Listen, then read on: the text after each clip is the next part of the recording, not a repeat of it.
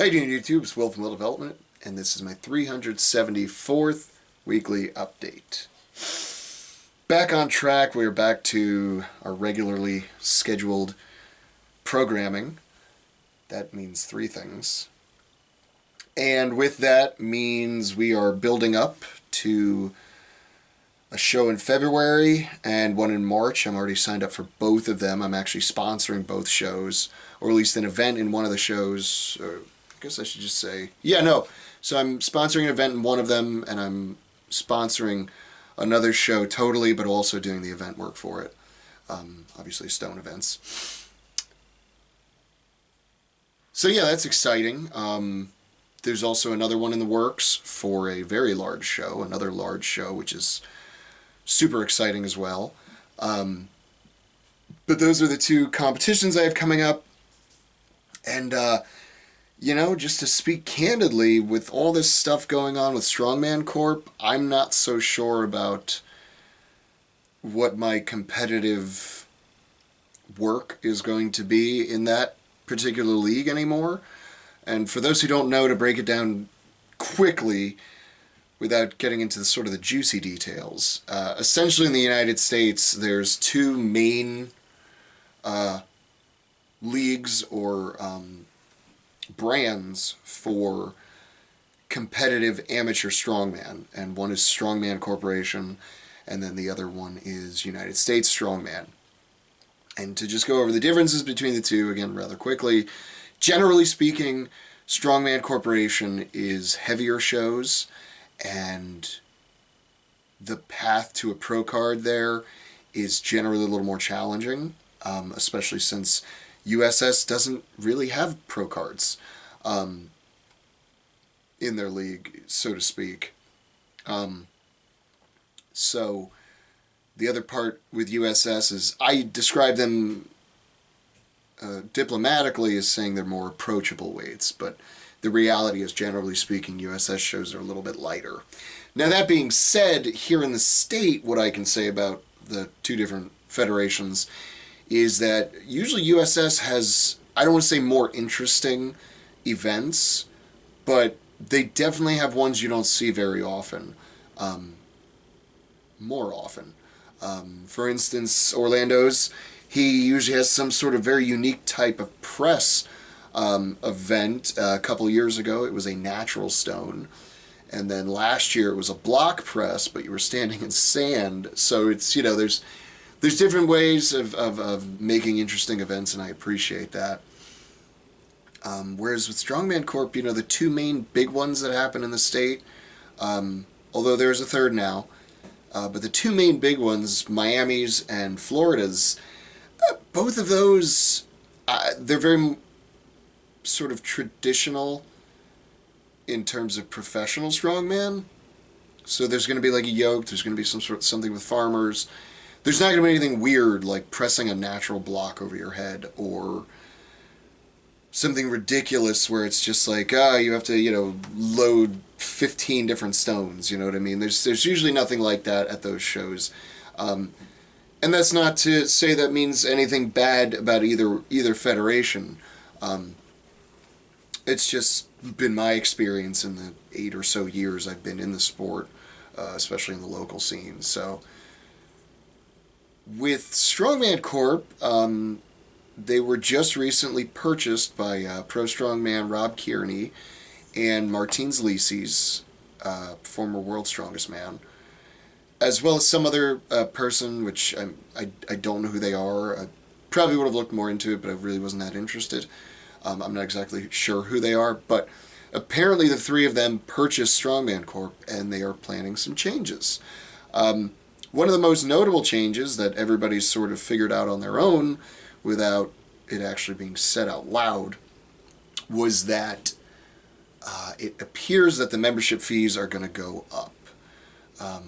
And that's another thing a lot of people don't realize about this sport, at the amateur level especially, is you have to pay federation membership fees, both to USS and Strongman Corp. So if you're like me and you compete in both, it kind of sucks because before I even put out the money for the competition, which yes, competitors have to pay to enter to compete as well, before that's even done, I have to have a membership with them and make sure that's up to date. And I believe for Strongman Corp, new memberships used to be like $90, maybe even $95 for the year. And then USS was something like 85 or 90, I believe, for new memberships. And then for the you know, to keep your membership active, once you already have one with Strongman Corp, it used to be something like $45, I think, a year, and USS was something like 35 or even 25. So USS was generally the cheaper route to go. In terms of promoters, I'm not exactly sure which one's cheaper. I think USS might actually be a little bit cheaper as well from a promoter standpoint, because promoters have to pay essentially a licensing fee, to put it in terms that are easily understandable, a licensing fee to the Federation to say, hey, this is an officially sanctioned show from them. My understanding is that the promoters also get certain things with that. Not only do they get to put the name on there, you know, Strongman Corp or United States Strongman, I believe with USS you automatically get insurance, so like liability insurance with that fee, and then I believe Strongman Corp, it might be a separate fee, just from a promoter standpoint. This is all stuff before they were bought and changed, and it looks like the prices might be going up for memberships for USS, or for Strongman Corporation. And part of that's because they said like the first 500 people, 3 years, you pay $225, and then for a lifetime it's like $800, and they were only offering that to the first 500 people that would submit that money. I'm not exactly sure what the hell they were thinking with that. $800 for a lifetime membership. Basically, I would have to be getting a new membership for 10 years in order for that to make sense. And then the 225 one for 3 years, you know, that basically what they both lead us to believe is that, and us being the competitors, makes us believe that the prices are going to go up for their memberships. Because if re-upping, you know, isn't just cheaper than just buying, you know, essentially 10 years worth of brand new memberships, then what the hell's the re-up fee going to be? And, you know, honestly, this is just a hobby sport at the end of the day. You know, I have to pay $80 to $100 just to enter a competition most of the time. On top of that, now I got to put another, you know, $80, $100 every year just for a membership fee, for the privilege of competing in a hobby sport, you know. And then that doesn't include all the other things that every athlete has to pay for. But still, when you're competing as a strongman, and a lot of the strength sports understand this, if you're going out of town, you got to get hotels, you got to get food, you got to have ways to cook these things. You know, there's travel, there's all these bills add up, and it's just like, how is this helping the athlete by increasing the price here? Unless there's some guarantee that now the shows are going to be cheaper or something like that. But nobody said a word about that, and when somebody asked them directly on a forum, the answer was never given. So, as of right now, I'm only planning on competing in USS shows for the foreseeable future, which sucks because I do enjoy doing a few Strongman Corp shows, and I probably will still do the Scorcher no matter what, just because John's a great guy, and he always puts on a good show, and I'd love to be a part of it in any capacity, whether it's competing or providing equipment for the show, or even just volunteering. You know, I love being a part of the show. It's a great show. And well, I mean, you know, honestly, every Strongman Corp show in this state is great, you know. But John and I are really close, so it's one of those things. The promoter, he's really close with me, so I always want to support him in any way I can. So right now, that's the only Strongman Corp show I'm willing to kind of commit to doing, which is unfortunate because I wanted to do Miami's in April and for once do well at it, but you know, it's just, I got to vote with my wallet at the end of the day, and it's just like, if you guys are going to increase fees, there's got to be something for me. There hasn't even been a word about making 175 pro class or anything yet. So it's just like, well, what benefit is there for me as a amateur lightweight strongman? There's really no benefits. All I see is them just pricing people out of the sport, which is unfortunate. But, you know, I'll wait till all the information's out to really make a decision on any of that kind of stuff. But that's sort of the big stuff going on right now. In terms of training this week, like I said, we're right back on schedule. Everything's going great. Numbers are still moving in exactly the direction I want them to, at least on overhead and deadlift. Squats had a kind of a rough couple days. Nothing that put me back down to like sad levels, but I was covering for the trainer at the gym on Monday and Friday as well.